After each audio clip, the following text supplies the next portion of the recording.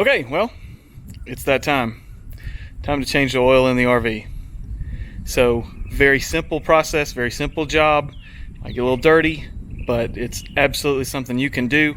I'll put the link in the description for what all this costs if you do it yourself. But if you take it to some place to have it done, man, you're going to pay a whole lot of money. All right, so here's the Holy Roller. I brought it home. I've got the back of the back of the hood up, but of course, to get to where you need to change the oil, we're going to have to get under it. So let's kind of walk through some of the things that you're going to need to get this job done. Okay, so here's everything we're going to need. This Discovery motorhome that I have has a Cummins 5.9 ISB engine, so it's going to take 12 quarts of 15W40.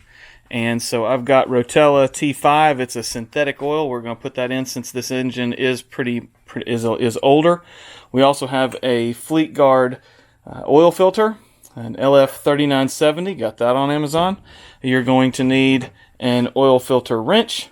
You're also going to need an 11/16 socket to take out the drain plug to drain the oil out. You're also going to need something to drain the oil in. Now this particular oil catch pan that I have will hold all of the oil out of the engine, so I don't have to swap out in the middle. But if you do need to swap out, you can. Just be quick on it. So that's what we're going to need. Let's roll under the RV and get started. All right, so we've got our rubber gloves on. I like to get gloves with a little bit longer so I can cover up my watch. Safety glasses on, because like Micro says, safety third. Under the RV we go.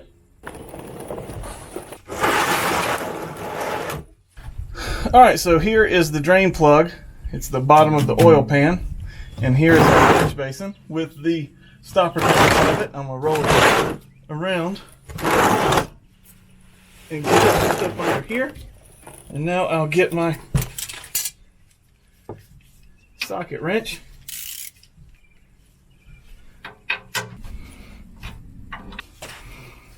There's a little bit of cheater bar here.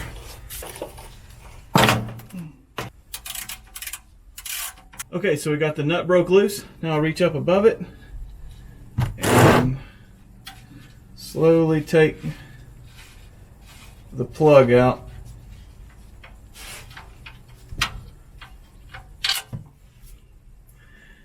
And just let it drain.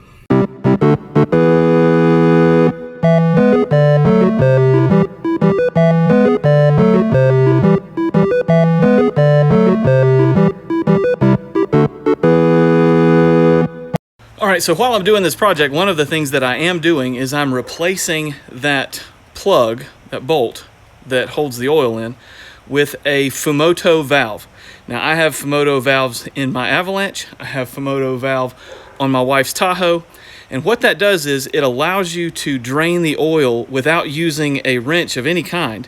It's a little valve that once you install it, you don't take it off anymore. And you push it in and turn it, and that lets the oil out. And then you push it in and turn it, and that keeps the oil in. So it makes changing oil a whole lot easier. Now you can see here is the Fumoto valve that I purchased for the RV. Let's go ahead and unbox this thing, or at least unbag it. All right, so here is the bag that we got. I think I ordered this on Amazon, but you can order it directly from the manufacturer, and it's about the same price. So we'll get the instructions out. It also comes with 3 things in the bag. It comes with a paper gasket to put between the oil pan and the valve. It comes with the valve as well, and here you can see the valve here. You can see how it works. You can see the handle for the valve, and you just pull it up and open. And there, the valve is open, and it closes. And once it closes, it clicks into place. And it also has this black piece that you thread on that keeps it from coming off as well. So there it is with the black piece installed. That way this can't inadvertently be changed or anything. But this is just a fantastic little valve to use on, and again, I use it on all our cars. Makes changing oil a whole lot easier when you can just flip that valve and the oil comes out. You don't have to play around with that nut and hold it in and then hope that you're past all the threads when you pull it out. So we'll go install that now onto the drain pan of the engine, and then we'll start to the next phase, which is changing the oil filter. All right, so looks like all the oil is drained out. So now we're going to replace that plug that was in there. That you always check to see if there's any metal shavings or anything, and there's not. So we're going to replace this. Get a little bit of oil on this,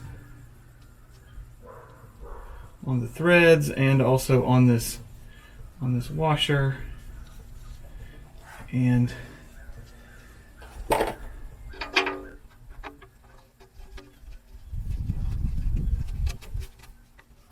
use a 3/4 inch wrench to tighten that in. And so now, whenever we want to drain the oil, we can take the black plastic piece off and just turn the valve. And it's just going to be that simple.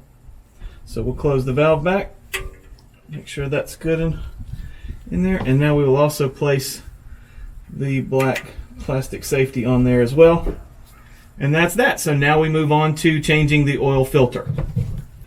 Okay, so the drain pan is right here. Here's our new Fumoto valve, and the oil filter is right here. All right, so you see where I'm at right now, and the oil filter is right there.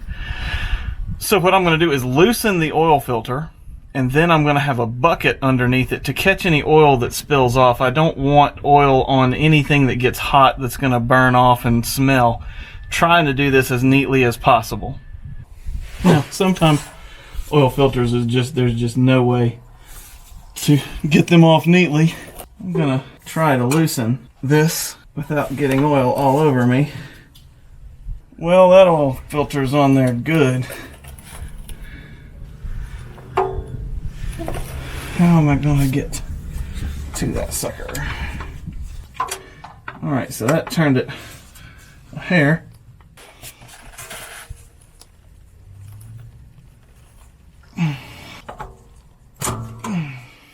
Well, I've turned it a little bit. It's just stuck in there but good. What gorilla put that thing on there? So I've got it turning now. It sure feels like that thing has never been taken off. So now that it's loose, we'll get the oil pan back under here. And I'll finish the rest of it from up top and just let it drop. And that way I don't have to be under here.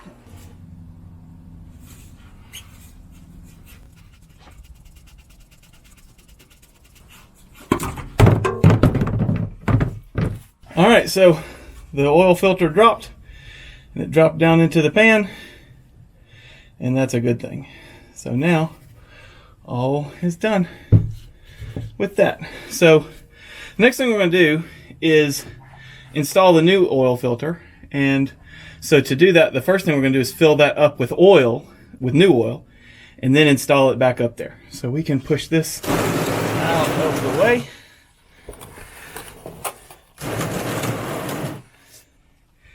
And now we can get the new oil filter, and it'll go right there. This time we'll also oil the seal for that oil filter so that, you know, it can come off easier next time. Okay, so we put the oil filter here, the new oil filter, and then we're going to take your oil and you're going to fill the filter up all the way to the top. Now, what happens is you have to pour some oil in and then let the oil seep in through the filter. Pour more oil in, let that seep in. There's some folks that block off the middle part and then pour the oil down around the outside so it goes down outside, and then it even filters the new oil that we're going into, but I'm not really concerned about that. So right now I'm going to take this Shell Rotella and I'm going to fill this new filter up with oil, and then we'll go install it in the RV. All right, that's good. Okay, I'm back with an oil filter full of oil. So now we're going to put it up here and go ahead and install it. All right, so generally you only hand tighten a filter. So what I'm going to do is hand tighten it, and then I'm going to get the wrench and I'm going to put about a quarter turn on it just to make sure it's good and tight. And then what I'm also going to do is write on the filter the date that I've changed it and the mileage of the engine. That way I know when I go to change it again exactly what that was. I keep a record also in my logbook, but I just want to make sure that when I roll under here I can visually see that. All right, now the oil filter's installed. Now we just got to put oil in it. Okay, so the oil filter port on the RV is in the back. I'm just going to show you where that is. Now right there, go figure, says engine oil. The cool thing about this is that this will actually extend out and give you another, what, 4, 5, 6 inches. Problem is, that's still not enough. So what we're going to do is use a funnel to get it more out here so we can pour the oil in. All right, so as you can see, that's where we put the oil in. And as you can also see, there is absolutely no way, aside from going quart at a time, that you can get oil into that because it's so close to this.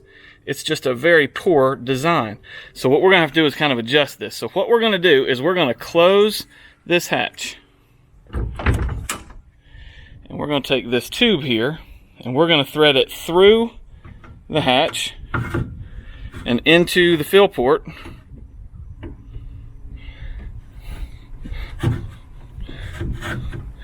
And now we're going to put a funnel on top of that hose and then pour the oil into that.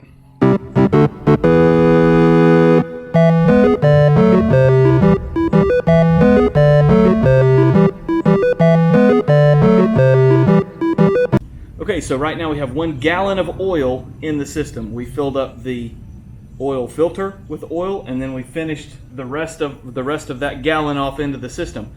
Now this particular engine, this 5.9 Cummins ISB, is going to take 12 quarts or 3 gallons.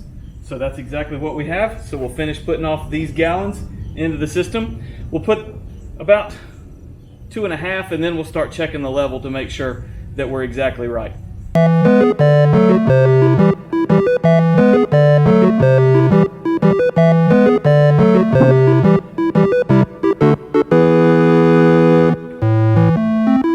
Alright, so we've got about half a gallon left. I'm going to lift up this and I'm going to check the engine oil just to see where we are.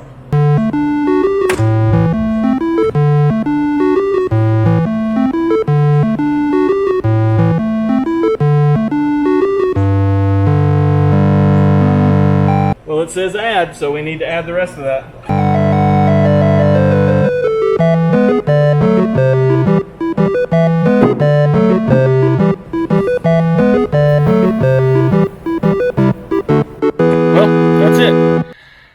Got a full pan of oil, new filter, good to go for another year or 5,000 miles, whichever comes first. So, project good. I hope this has helped you, especially if you want to try this yourself. Make sure you get out there, RV. If your camper doesn't have oil, that's cool too, but you got to change oil in your car. RV, have fun, spend time with your family.